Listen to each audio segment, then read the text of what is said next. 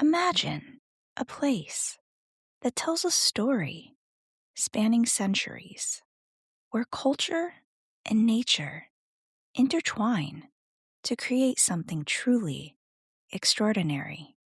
That's the beauty of UNESCO World Heritage Sites.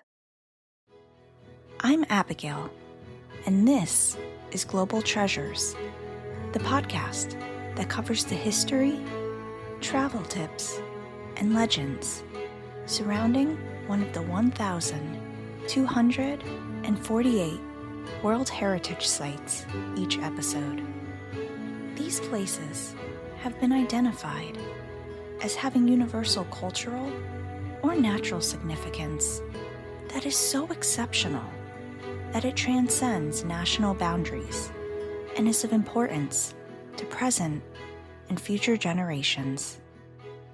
Welcome to Season 3, where we'll explore the 27 sites that UNESCO added in 1980 together. Thank you for listening to the podcast. We appreciate all of your support, and you can continue to support us by subscribing at Apple Podcasts, Spotify, Podbean, YouTube, or your favorite platform. Follow us on TikTok, Facebook, and subscribe to my blog on globaltreasurestravel.com to hear about my latest adventures. Imagine yourself standing in a remote landscape covered by savannas and rich green forests, a place that could easily be referred to as the cradle of mankind. The lower valley of the Omo in southwestern Ethiopia is more than just a scenic landscape. It's a journey back to the beginning of time. Designated as a UNESCO World Heritage Site, this region centers around the Omo River, which is the largest river in Ethiopia. The Omo River stretches 686 miles, with a massive drainage basin that is over 33,000 square miles long. The Omo River is a geological masterpiece.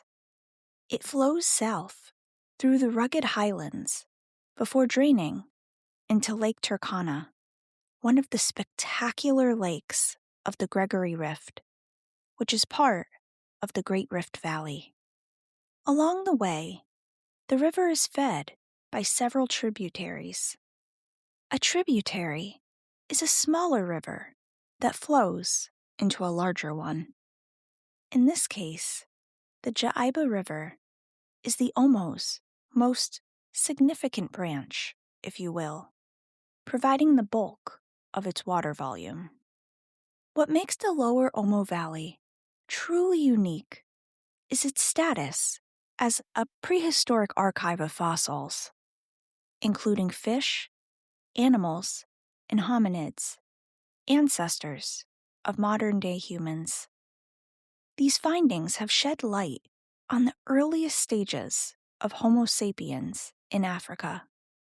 Radiometric research actually places these findings between 1 million and 3.5 million years old. Archaeologists have unearthed quartz and stone tools that provide evidence of the oldest technical activities known to mankind. In other words, these tools represent that pivotal moment when prehistoric humans first began manipulating their environment, for example, creating tools for hunting.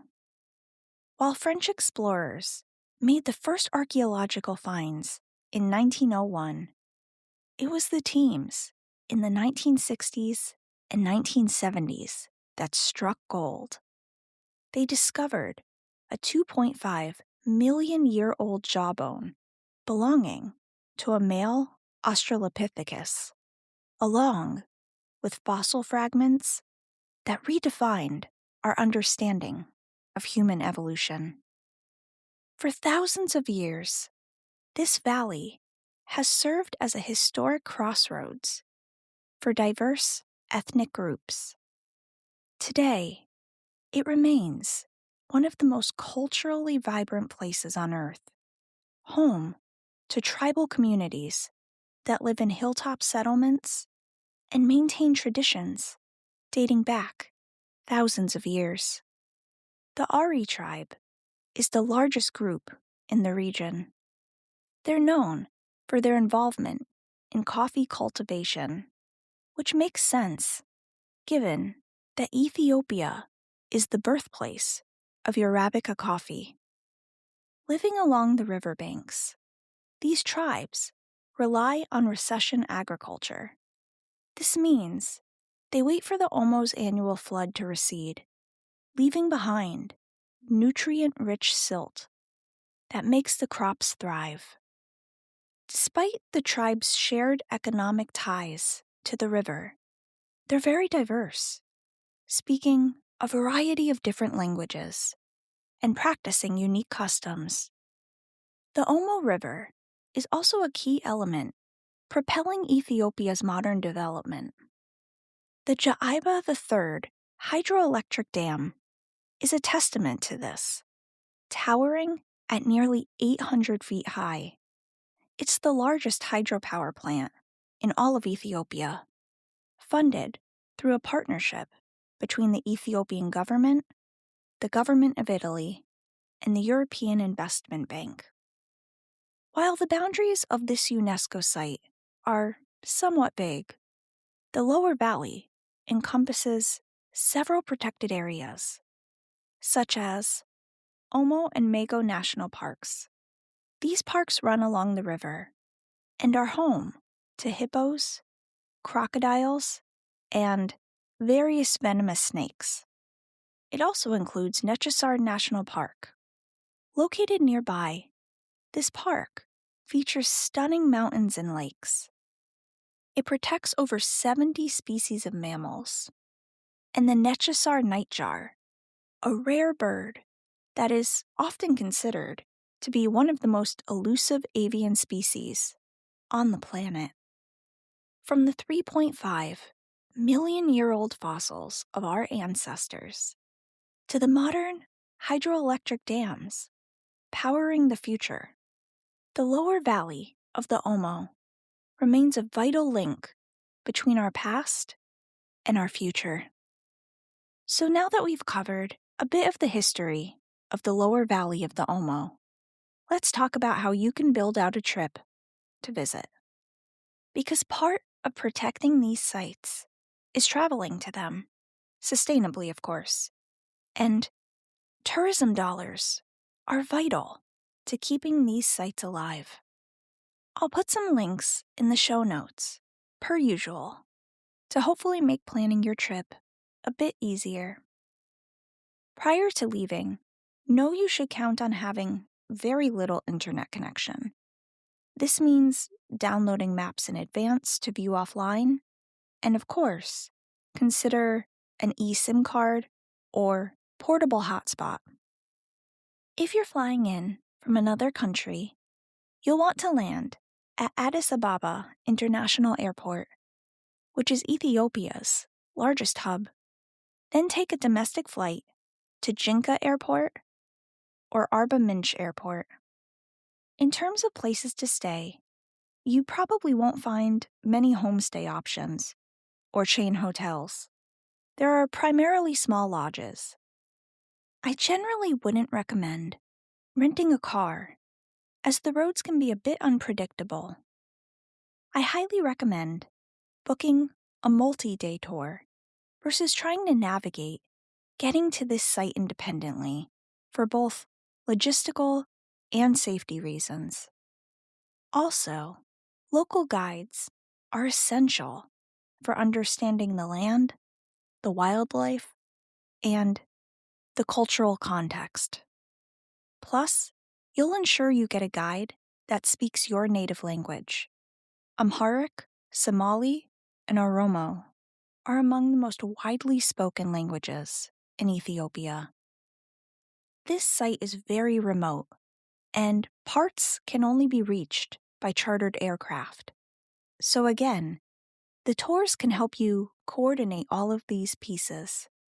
If you book one of the cultural tours, you'll have a bird's eye view of tribal traditions, customs, and ceremonies.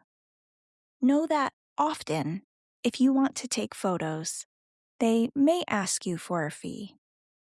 If you like to whitewater raft, Lake Omo is actually considered to be a top-notch spot, especially between the months of September and October, when the river is still high from that rainy season.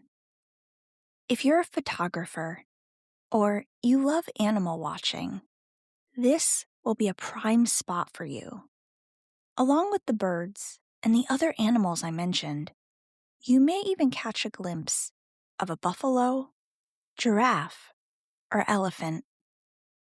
While you're in the area, other spots you may want to visit include the lower valley of the Awash and Axum, which are both UNESCO World Heritage Sites that I've covered on the podcast. You can go back and listen to Season 3, Episode 18, and Season 3, Episode 1, respectively, if you want to learn more. Now let's end by talking about one of my favorite parts of traveling, trying new foods.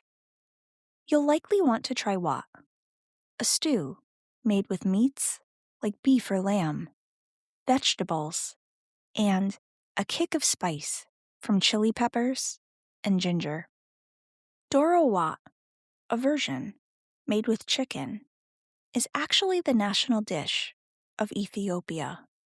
It's typically served with injera, a soft, spongy flatbread made from teff flour. And here's something that sometimes surprises people. Meals are often eaten without utensils, using the injera to scoop up the food, and it's also often served on communal plates. The lower valley of the Omo is the benchmark by which we measure the very story of our ancestors. Its layer upon layer of sediment have gifted us with millions of years of evolutionary evidence, charting our journey from the earliest stone tools to the rise of Homo sapiens. Yet, the valley is also a vibrant place where tribes maintain a delicate harmony with nature. Today, as massive projects like the dam challenge the natural flooding that sustains these cultures, the lower valley of the Omo stands at a critical crossroads. Preserving this UNESCO site isn't just about protecting the fossils, buried so deep that the naked eye cannot see them. As we look toward the future, the Omo remains a powerful reminder that to understand where we're going, we must protect the places that show us where it all began. Thank you for listening to another episode of the podcast. Join me next time, where I'll cover yet another World Heritage Site. Until then, keep exploring, keep wondering, and keep treasuring the remarkable diversity of our world's heritage.